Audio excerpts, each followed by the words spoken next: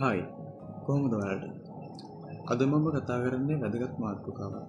මේක පිරිමි අයට තමයි ගොඩක්ම වැදගත් වෙන්නේ. වෘෂණ කෝෂවල කැක්කුම ගැන තමයි අද කතා කරන්නේ.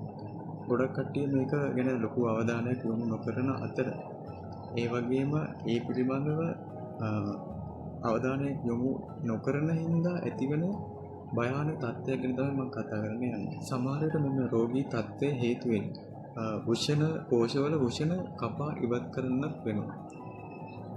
ඒ තරම් මේ රෝගී තත්ත්වය භයානකයි. වෘෂණ කෝෂවල කැක්කුම ගැන කතා කරද්දී ප්‍රධාන මාතෘකා දෙකක් ගැන කතා කරන්න ඕනේ. අංක 1 තමයි ටෙස්ටිකියුලර් ටෝෂන්. නැත්නම් වෘෂණ ඇඹරීම. අංක 2 තමයි එපිඩිඩිමෝකයිටිස්. නැත්නම් වෘෂණ වලට විස බීජ යාම. මාතෘකා දෙක ගැන තමයි අපි කතා කරන්නේ.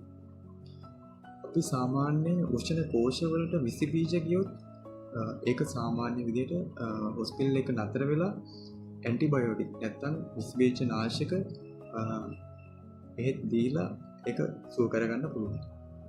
ඊළඟ මාතෘකාව තමයි ටෙස්ටිකියුලර් ටෝෂන් නැත්නම් වෘෂණ කෝෂවල වෘෂණ ඇඹරීම. මේක නම් ඉතාමත් භයානක රෝගී තත්ත්වයක්. මොකද ඔයාලා හිතන්න ඔයාලගේ වෘෂණ කෝෂවල ඉහළින් සාමාන්‍ය අල්ලලා බලද්දී තේරෙන නිකන් කෝඩ් එකක් වගේ අහුවෙනවා. ඒ කෝඩ් එකට කියන්නේ සොමැටික් කෝඩ් එක කියලා.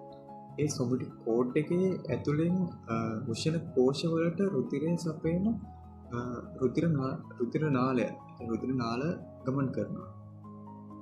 සාමාන්‍ය බටයක් වගේ ඒව ගමන් කරලා තියෙනවා. ඒ වෘෂණ වලට රුධිරය සපයන රුධිර නාල ඇඹරුණොත් මොකද වෙන්නේ? ඒ කියන්නේ වෘෂණ වලට රුධිර සපයන රුධිර නාලිකා ඇඹරුණොත් වෘෂණ වලට රුධිරය ගමන් කරන්නේ නැහැ. ඒ කියන්නේ වෘෂණ කෝෂ වල වෘෂණ මැරෙනවා. රුධිරය ගමන් කරන්නේ නැත්නම් සාමාන්‍ය වෙන්නේ ඔක්සිජන් ගමන් කරන්නේ නැහැ. ඔක්සිජන් ඕනේ අපේ ඇඟේ ක්‍රියාකාරීත්වයට. ඔක්සිජන් ගමන් කරන්නේ නැහැ කියන්නේ ඒ අදාළ කොටස මැරී යනවා. ඒක ඉවත් කරන මට්ටමට එන්න පුළුවන්.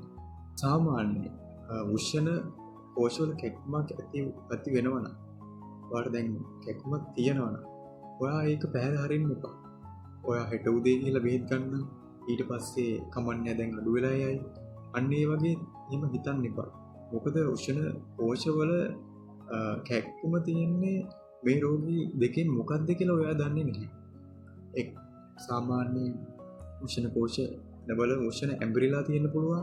නැත්නම් වෘෂණ කෝෂ වලට ආසාදනය වෙලා ඒ කියන්නේ බැක්ටීරියා ආසාදනය වෙලා තියෙන්න පුළුවන්. ඒ දෙක මොකක්ද කියලා ඔයාලා දන්නේ නැහැ. ඒ නිසා පුළුවන් තරම් ඉක්මනින් කරන්න පුළුවන් හොඳම දේ තමයි ළඟම තියෙන හොස්පිටල් එකට ගිහිල්ලා තමන්ගේ තියෙන අසනීපය කියන්න. මගේ වෘෂණ වල කැක්කුම තියෙනවා. එතකොට ඒ අදාළ ડોක්ටර්ස්ලා ඒ වෛද්‍යවරු ඔයාලව ස්කෑන් එකට යොමු කරයි. ස්කෑන් එකට යොමු කරලා ඔයාගේ වෘෂණ වල තියෙන ප්‍රශ්න මොකක්ද කියලා ඒ ගැටලු මොනවද කියලා හොයලා බලලා ඒ අදාළ ප්‍රතිකර්ම කරයි. සාමාන්‍ය ටෙස්ටිකුලර් ටෝෂන් නැත්තම් වෘෂණ ඇඹරිලා තිබුණොත් ඒක අනිවාර්ය ශල්‍යකර්මයකට වාචනය කරනවා. ඔයා හිතන්න වෘෂණ කැක්කුම ඇවිල්ලා පැය 6ක් ඇතුළත ඔයා හොස්පිටල් එකට නොගියොත් සාමාන්‍ය ටෙස්ටිකුලර් ටෝෂන් නම් අනිවාර්යෙන් පැය 6ක් ඇතුළත හොස්පිටල් එකට යන්නම ඕනේ. මොකද රුධිර අවෛරය වුණොත් රුධිරය යන්න නැතුව රුධිර නාර අවෛරය වුණොත් ඇඹරිලා තිබුණොත් වෘෂණ වලට යන රුධිර යන්නේ නැහැ. එහෙම වුණා කියන්නේ අනිවාර්යෙන් වෘෂණ මැරෙන්න පුළුවන්. පැය 6ක් ඇතුළත අනිවාර්යෙන් ඔයා යන්න ඕනේ හොස්පිටල් එකට. මම මේ වීඩියෝ එකෙන් කතා කරේ ඇත්තටම ගොඩක් කට්ටිය ඒ ගැන සැලකිලිමත් නැහැ. ගොඩක් පිරිමි අය ඒ ගැන සැලකිලිමත් වෙන්නේ නැහැ. ඒ හින්දා තමයි මම මේ වීඩියෝ එක ගැන කතා කරේ. ඔයාලට යම්කිසි දැනුමක් ආවනම්, ඔයාලට යම්කිසි දැනුමක් තේරුණා නම් මේක වැරදි, මේ දේ අය කරන්න හොඳ නැහැ කියලා ඔයාලට තේරුණා නම් නැවත ඒ දේවල් කරන්න එපා. කැක්කුමක් ආවොත් අනිවාර්යෙන් හොස්පිටල් එකට යන්න, ඊළ ප්‍රතිකාර ගන්න. මේ වීඩියෝ එකෙන් ඔයගොල්ලෝ යම්කිසි දැනුමක් ලබා ගත්තා නම් අනිත් අයටත් බලන්න ෂෙයා කරන්න, ලයික් කරන්න, කමෙන්ට් කරන්න. Thank you very much.